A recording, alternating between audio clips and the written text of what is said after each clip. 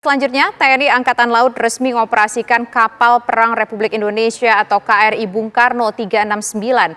KRI Bung Karno akan menjadi salah satu armada dalam mendukung pelaksanaan operasi militer.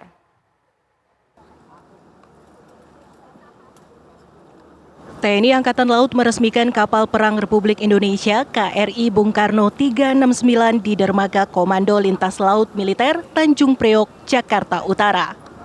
Acara ini dihadiri oleh putra-putri Presiden pertama Republik Indonesia Soekarno, yaitu Guntur Soekarno Putra, Guruh Soekarno Putra, Sukmawati Soekarno Putri, dan Presiden kelima RI Megawati Soekarno Putri. Megawati tak menyangka dan terharu karena TNI Angkatan Laut memberikan nama kapal perang kepada Bung Karno. Saya sebetulnya tidak menyangka. Maksudnya Angkatan Laut akan memberikan nama kepada Presiden pertama Dr. Insinyur Soekarno. Jadi buat saya dan keluarga besar sebuah kebanggaan.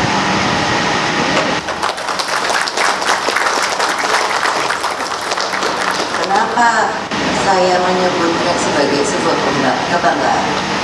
Karena pada waktu itu saya sangat ingat Pak Yudo belum menjadi panglima datang ke rumah saya dan menceritakan mengenai kapal yang telah dibuat oleh anak bangsa ini. Jadi itu salah satu kebanggaan saya. Lalu ini diberi nama. Tadinya mau diberi nama Profesor Dr. Insinyur Soekarno.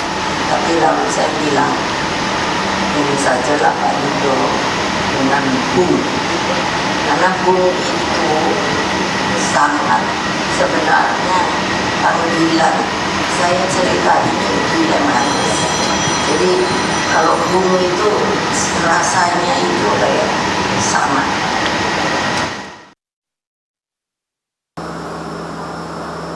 Kepala Staf TNI Angkatan Laut Laksamana TNI Muhammad Ali menyampaikan kapal perang ini juga merupakan kapal kepresidenan, sehingga sangat layak diberi nama Presiden pertama Republik Indonesia, Bung Karno. Karena kapal ini kapal kepresidenan, maka sudah layaknya lah kita beri nama Presiden RI yang pertama, yaitu Bung Karno. Dan kemudian kenapa diresmikan tanggal 1 Juni, hari lahirnya Pancasila? Kebetulan dan Presiden Soekarno, Presiden Indonesia yang pertama ini, atau kita lebih kenal dengan sapaan yang akrab adalah Bung Karno, itu adalah salah satu perumus Pancasila. Ya. Nah, ini penting sekali, jadi ada kaitan sejarahnya. KRI Bung Karno 369 akan dioperasionalkan dalam mendukung pelaksanaan operasi militer untuk perang maupun non-perang. Selain itu, kapal jenis korvet ini akan menggantikan kapal kepresidenan KRI Barakuda 633 yang sudah beroperasi selama 27 tahun. Tim TV One mengabarkan.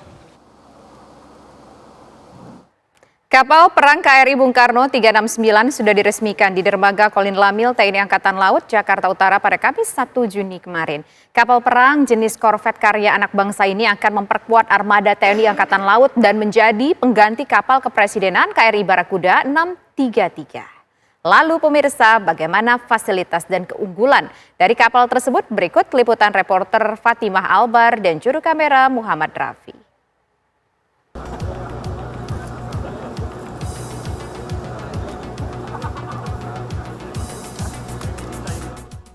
Ya, pemirsa, TNI Angkatan Laut baru saja meresmikan sebuah kapal korvet bernamakan dengan KRI Bung Karno 369 dan kapal ini merupakan buatan anak bangsa pertama untuk kapal perang atau kapal korvet. Dan saat ini saya sudah berada di atas kapal tersebut, namun saya ingin mengetahui lebih lanjut nih pemirsa bagaimana dengan keunggulan dari kapal ini. Makanya saya akan mengajak pemirsa untuk menanyakan langsung ke Datsatgas yaitu Kolonel Puntun Anjung untuk menanyakan mengenai keunggulan dari kapal ini. Halo Bapak Puntun Anjung, apa kabar? Baik, selamat sore Mbak Fatimah. Mungkin Bapak bisa jelaskan nih saat ini kita berada di titik berdiri di mana nih Pak?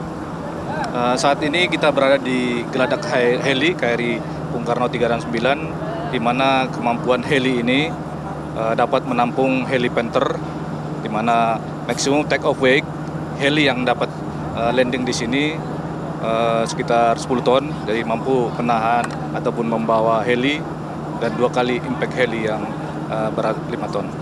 Berarti kita saat ini berada di heli deck nih ya Pak ya. Keunggulan dari kapal ini dari kapal-kapal sebelumnya mungkin bisa dijelaskan? Keunggulan KRI Bung Karno 369, yang pasti satu hal yang perlu kita ingat bahwa kapal ini kapal korvet pertama produksi dalam negeri. Nah, jadi kapal ini karena produksi dalam negeri dibuat oleh anak bangsa. 80% ini komponen dari dalam negeri. Ini kan kapal perang ya Pak. Untuk persediaan senjata sendiri seperti apa sih Pak, dan jenis senjata apa saja yang disiapkan di kapal ini? Senjata saat ini yang sudah ada di kapal ini meriam 40 mm Leonardo buatan Itali, kemudian meriam 20 mm buatan Serbia, dan ke depan kita akan memancang persenjataan strategis, contohnya survey to surface missile, kemudian surface to ice missile, kemudian AFF, ASM, dan juga nanti dilengkapi dengan combat management system dengan pendukungnya.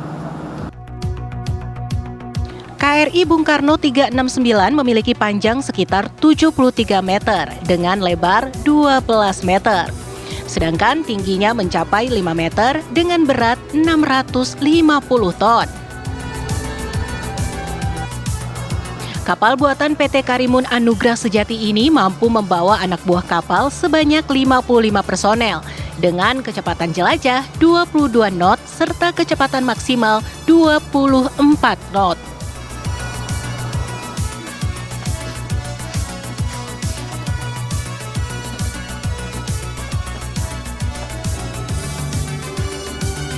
Memiliki persenjataan yang lebih lengkap jika dibandingkan dengan KRI Barakuda 633.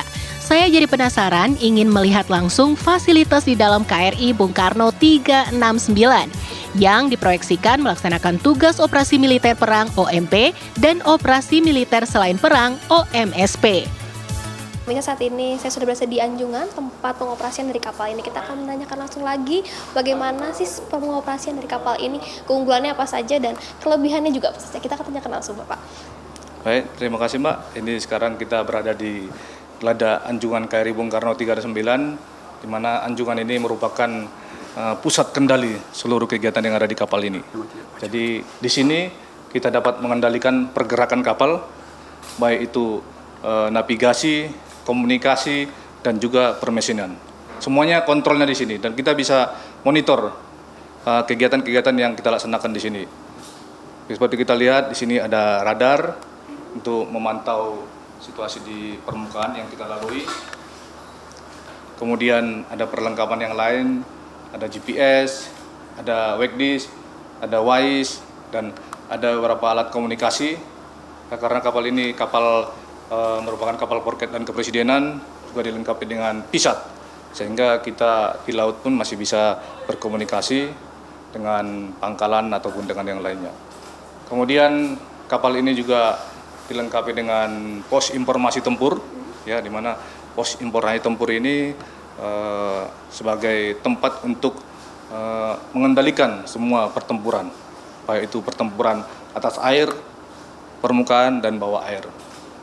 Kemudian mungkin sistem emergency dari kapal ini seperti apa Pak? Adakah hal baru yang diterapkan di kapal ini? Pada intinya sistem emergency kapal ini sama dengan kapal lain. Ya, jadi kita apabila keadaan darurat kita melaksanakan prosedur-prosedur emergency. Ada beberapa titik yang harus kita lakukan, yang harus kita awaki sehingga kita dapat mencegah sesuatu yang tidak diinginkan. Untuk kualifikasi awak kapal yang bisa mengoperasikan ini bagaimana Pak? Mereka yang pengawal kapal ini sudah memiliki kualifikasi, di mana mereka di awal pendidikan sudah mempunyai kemampuan sesuai dengan korup, sudah dibekali dengan profesi, kemudian mereka bersumber dari kapal-kapal yang sudah sebelumnya bertugas. Jadi mereka bukan dari direkrut baru hingga mengawal kapal ini, bukan. Tapi mereka adalah dari kapal-kapal yang sudah beroperasi, sekarang mereka terpilih untuk mengawaki kapal ini. Dalam kondisi damai, KRI Bung Karno 369 lebih diperuntukkan sebagai kapal kepresidenan, pengganti KRI Barakuda 633 yang sudah beroperasi selama 27 tahun.